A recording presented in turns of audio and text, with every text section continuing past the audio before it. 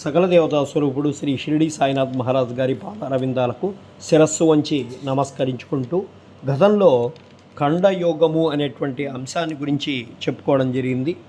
చిరుప్రాయం నుండి బాబా వివిధ యోగ ప్రక్రియలు చేస్తూ ఉండేవారు. యోగ స్థితి ఎవరికి అందుబట్టనిది. రోగుల వద్ద నుండి డబ్బు తీసుకోకుండా ఉచితంగా చికిత్స చేసేవారు.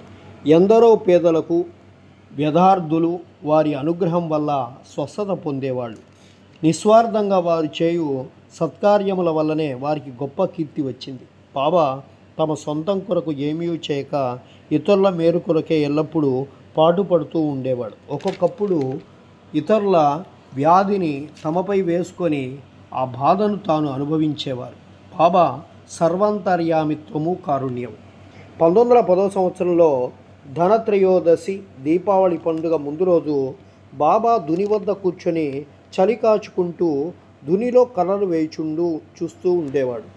దుని బాగా మండుతుంది. కొంతసేపు అయిన తర్వాత హఠాత్తుగా కర్రల బదులు తన చేతిని దునిలో పెట్టి నిశ్చలంగా ఉండిపోయాడు.